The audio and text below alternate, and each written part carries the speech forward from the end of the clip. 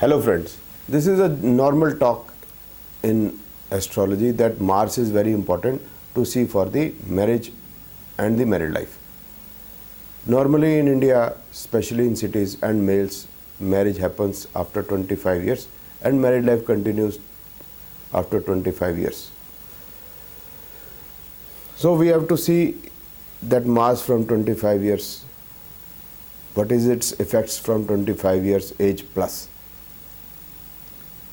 So the thing is, there is all the possibility that the Mars period doesn't come in the dasha for few people, say 50% of people on earth.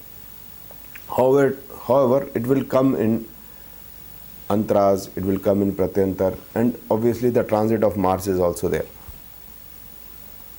So what Mars signifies? It signifies hemoglobin or red blood corpuscles, it signifies muscles, it signifies courage,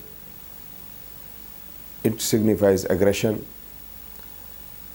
Now coming on to the married life, we need compassion, we need how much caring we are to our life partner and how much loving we are to our life partner. That is much more important. Once this is there, then there won't be much of the problem in the married life. Also, the health should be good and money flow should also be there. Now, when we are giving the results of planets, the results of planets come in the dasha periods and transits also. And then there is no other way to see the results. Now the dasha periods not necessarily will be of Mars, and Mars only contributes 7 years in 120 years of the Vimshotri dasha. So when we calculate the percentage, it comes less than 10%. Right? Now, suppose Jupiter dasha commences at the age of 20, so the native marries at say the age of 27 years. So Jupiter dasha will run for say 11 years, 9 years till he is the age of 36. Then Saturn, Mercury, Ketu and so on.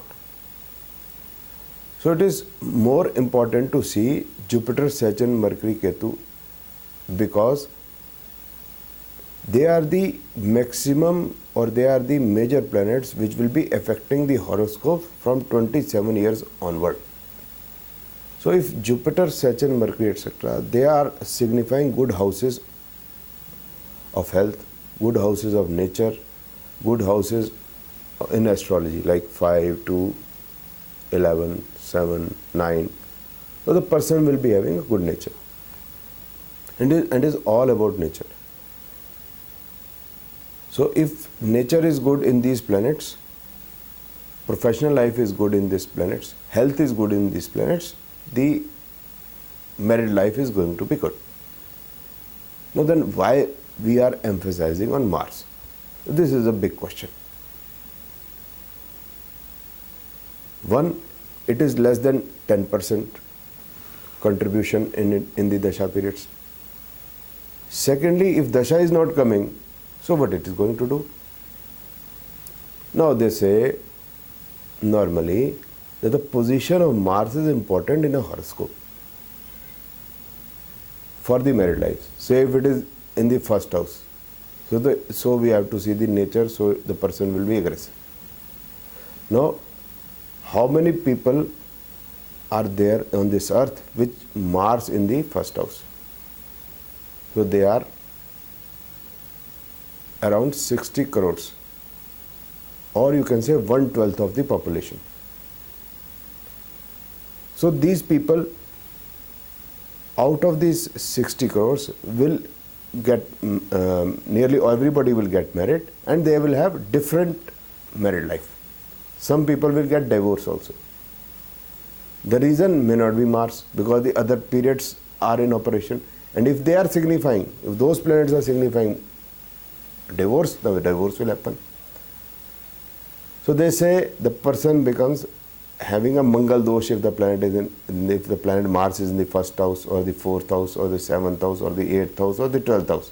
And some people also take second house also as Mangal dosha. Dosha means some defect is there. So it is how it is taught to students of astrology. Now, first house, aggression, fourth house, he will have problem or no problem.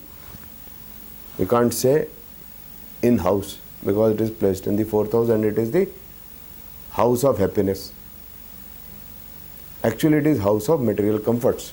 Then, if it is in the seventh house, it directly impacts the marriage or married life, they say, but marriage is impacted by the dasha periods, not the seventh house. The married life will not remain constant all the times. If you are seeing only the seventh house, that means married life will remain the same throughout the life. So, for example, the person gets married at the age of 25, so he will have ups and downs in married life. So, sometimes it happens that the couple is not happy among themselves. Sometimes the things go up to divorce. Then as the period changes, they start enjoying good married life also.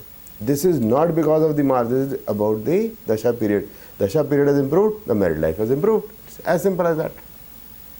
Now they say 8th house, you have to see from the 8th house, it is the house of sex, whatever, or the sexual parts. Now this sex or whatever they are saying comes much after and depends more about your understanding with your life partner. So that becomes a secondary issue. Then coming on to the 12th house, it is the house of carnal pleasures, etc. So what is the difference between 8th and 12th house here? More or less it is spelling out the same. Then they will say second house also there can be problem. If Mars is placed in the second house, there will be problem. And they will always say that if Mars in 1, 2, 4, 7, 8, 12 is there, Mars is always a problem. On the other hand, the significance is hemoglobin, muscle, then your valor, courage. So these are positive things. So how it is that Mars is damaging these things when it is placed in these houses? It is not damaging at all. Mars will only damage when Mars is signifying bad houses. For example, Mars is Lord of first and eighth, person is Aries ascendant, and Mars gets placed in the 12th house. So it will signify 1, 8 and 12 houses. So when it signifies 1, 8 and 12 houses, 2 houses are bad, the person will be more aggressive. Now here Mars has gone in the 12th, right? So we will say it is bad. On the other hand, it is also possible that Mars goes in the 12th house, but it is the Lord of good houses also. Suppose it is Cancer ascendant. So it will be the Lord of 4th and the 9th house. Now if it goes in the 12th house, no problem. Similarly, coming back to Aries, if Mars is placed in the 4th house or the 7th house or in the ascendant, then there is no problem because it is signifying good houses and only one house bad, 2 houses good. For example, Aries ascendant, Mars is placed in the ascendant. So it will signify only 2 houses, 1 and 8. Not a problem.